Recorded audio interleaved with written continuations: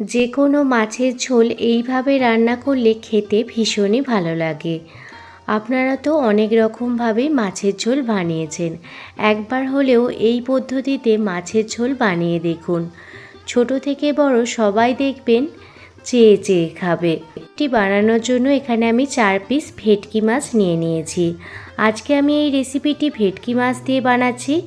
আপনারা চাইলে যে কোনো মাছ দিয়ে এই রেসিপিটি বানাতে পারেন। মাছের মধ্যে স্বাদ মতো লবণ আর সামান্য পরিমাণ হলুদ গুঁড়ো দিয়ে দিলাম। সমস্ত মাছের পিসগুলোতে লবণ হলুদ ভালোভাবে মাখিয়ে নিচ্ছি, যাতে মাছের ভিতর লবণ হলুদটা ভালোভাবে ঢুকে যায়। মাছগুলোতে লবণ হলুদ মাখিয়ে 10 মিনিট মতো এইভাবেই রেখে দেব। একটি বিশেষ মশলা দেব, যার ফলে এই মাছের রেসিপিটি খেতে আরও বেশি টেস্টি হয়ে যাবে। ভেটকি মাছের ঝোল বানানোর জন্য গ্যাসের ওভেন চালিয়ে কড়াই বসিয়ে দিয়েছি, আর কড়াইতে দিয়ে দিলাম পরিমাণ মতো সর্ষের তেল। তেল ভালোভাবে গরম হয়ে গেলে দেখুন ভেটকি মাছগুলো দিয়ে দিচ্ছি। যখনই সর্ষের তেলটা ভালোভাবে গরম হয়ে যাবে তখনই কিন্তু মাছের পিসগুলো দিয়ে দেবেন। তেল ঠান্ডা থাকা অবস্থায় মাছগুলো দিলে মাছগুলো কড়াইয়ের নিচে লেগে যাবে, সেই জন্য তেলটা খুব ভালোভাবে গরম করে তারপরে মাছগুলো দেবেন। দেখবেন খুব সুন্দরভাবে মাছগুলো ভাজা হয়ে যাচ্ছে। মাছের এক পিঠটা ভাজা হয়ে গেছে, অপর পিঠটা উল্টে দিলাম। গ্যাসের ফ্লেম মিডিয়ামে রেখে এই ভেটকি মাছগুলো ভেজে নিচ্ছি। রান্নাটি খুবই সহজ এবং সাধারণ। সামান্য কিছু ঘরোয়া মশলা দিয়ে আজকে এই ভেটকি মাছের ঝোল বানিয়ে দেখাবো। খেতে ভীষণই ভালো লাগবে। একবার হলেও এইভাবে ভেটকি মাছ রান্না করে দেখুন। ছোট থেকে বড় সবাই তৃপ্তি সহকারে খেয়ে নেবে। প্রথম ব্যাচের ভেটকি মাছটি ভাজা হয়ে গেছে। প্রথম ব্যাচের ভেটকি মাছের পিসগুলো একটি প্লেটে উঠিয়ে নিচ্ছি। একই পদ্ধতিতে বাকি দুটো মাছ ভেজে নেব। বেশি তেল মশলা সহকারে মাছ খেতে আমাদের কিন্তু একদমই ভালো লাগে না। কখনো কখনো হালকা পাতলা মাছের ঝোল খেতেও আমাদের ভীষণ ভালো লাগে। মাছগুলো ভাজতে ভাজতে একটি মশলা বানিয়ে নেব। তার জন্য একটি মিক্সার গ্রাইন্ডারের পাত্রের মধ্যে 1 চামচ জিরে, 1 চামচ গোটা ধনে, 4 থেকে 5 টুকরো আদা, আর দিয়ে দিলাম 6 থেকে 7 টুকরো রসুন। সাথে দিয়ে দিচ্ছি একটি মিডিয়াম সাইজের টমেটো, আর দিয়ে দিচ্ছি একটি কাঁচা লঙ্কা। ঝালটা অবশ্যই আপনারা আপনাদের স্বাদ মতো দেবেন। পরিমাণ মতো জল দিয়ে একটি স্মুথ পেস্ট দেখুন বানিয়ে নিয়েছি। অন্যদিকে সেকেন্ড ব্যাচের মাছগুলোও ভেজে উঠিয়ে নিয়েছিলাম। সমস্ত মাছ ভালোভাবে ভেজে তুলে নিয়েছি।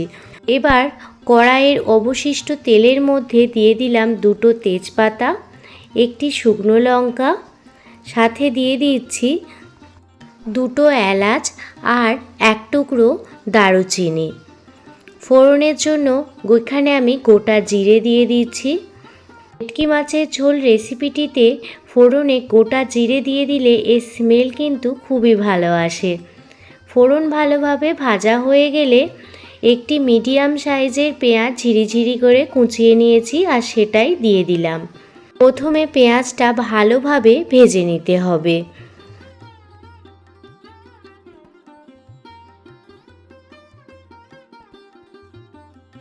পেঁয়াজ ভালোভাবে ভাজা হয়ে গেলে যে মশলার পেস্টটি মিক্সার গ্রাইন্ডারে বানিয়েছিলাম সেই মশলার পেস্টটি দিয়ে দিলাম।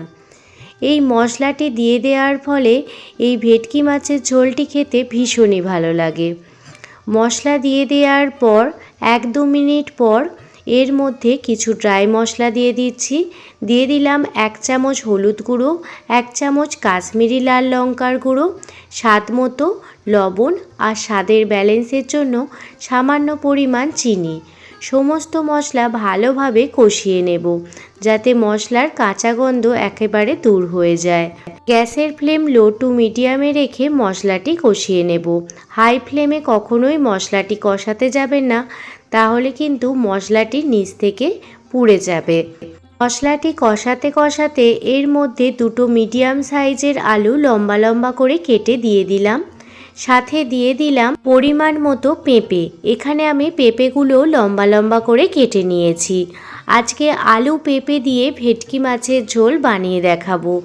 আপনারা তো অনেক রকমভাবেই ভেটকি মাছ বানিয়েছেন, একবার আলু পেঁপে দিয়ে ভেটকি মাছের ঝোল বানিয়ে দেখুন, সবাই দেখবেন খুব পছন্দ করবে।